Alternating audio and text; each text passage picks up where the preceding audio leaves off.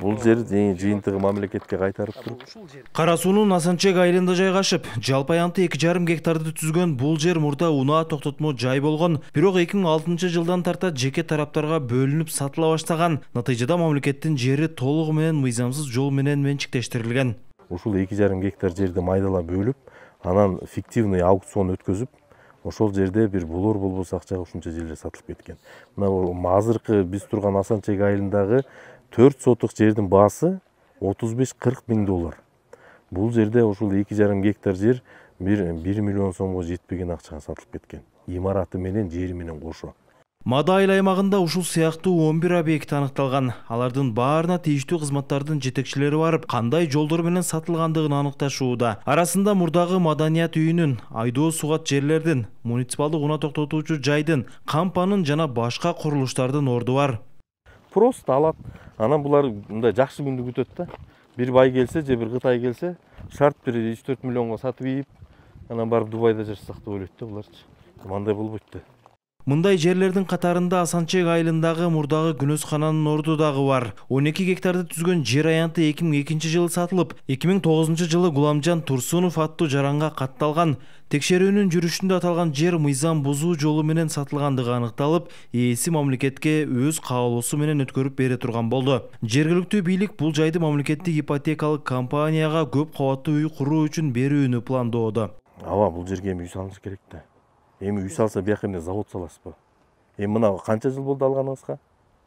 2002 жылы алгам. 2002 жылдан 23 жыл болуптур. 23 жылдын ичинде ушуну гүлдөтүп салсаңыз башка маселе эле. Мен басып келбейт элем. Аба гүлдөтүп салды, миллиарддаган налогду төлөп атат, могу жерде 1000 киши иштеп атат деп болсо, мен сөз жок эле анда. Мен анда ойлонот элем. Караңызчы, мына 22 жылда эмне биякта эмне өзгөрдү? Караңызчы, мунун ичинин кирин караңызчы. Могу жерди караңызчы, могу имараттын караңызчы. Трещинасын кеткен. Сен муну жөн эле бир күнү башка бирөөгө сатам деген ой менен эле кармап жүрөсүңөр, туурабы? Биздин мамлекет иштетелик, элге кылып, үй кылып калалык. Гуламжан Турсунов ушул эле күнү жерди мамлекеттин балансына өз каалоосу менен кайтарып берди.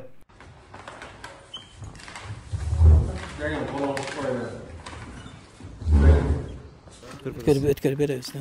Сиз кимден сатып алган эмеспи? Бул мамлекеттин айыл өкмөттөн сатып алганбыз да. Мада айыл өкмөттөн ашы пилотный болуп, земельный реформа чыкканда ашы независимый оценщиклер келген.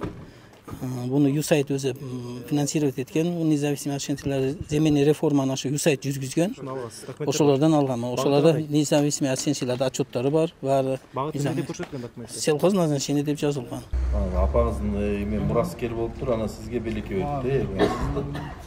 Андан аркы текшерүүлөр Учкун, Каарман жана Кыргызчек айылдарында уланды. Мында дагы ар бир объект тыкыр териштирилип, кайсы айыл өкмөт тарабынан сатылгандыгы иликтене баштады. Район башчысынын айтымында мындан ары да бул иштер улантылып, күнөөлүү тараптар жоопко тартылат. Сизди күнөөлүү деп айткан жокмун. Бирок сиздердин кызыкчылыгыңар үчүн айыл өкмөт мыйзам бузуу менен саткан бул жерди. И в какой-то части сиздердин да күнөөңүздөр бар. Анткени айыл өкмөт ушул жерди мыйзамсыз сизге сатып атат. Мага эмес, буга эмес, башка эмес сизге.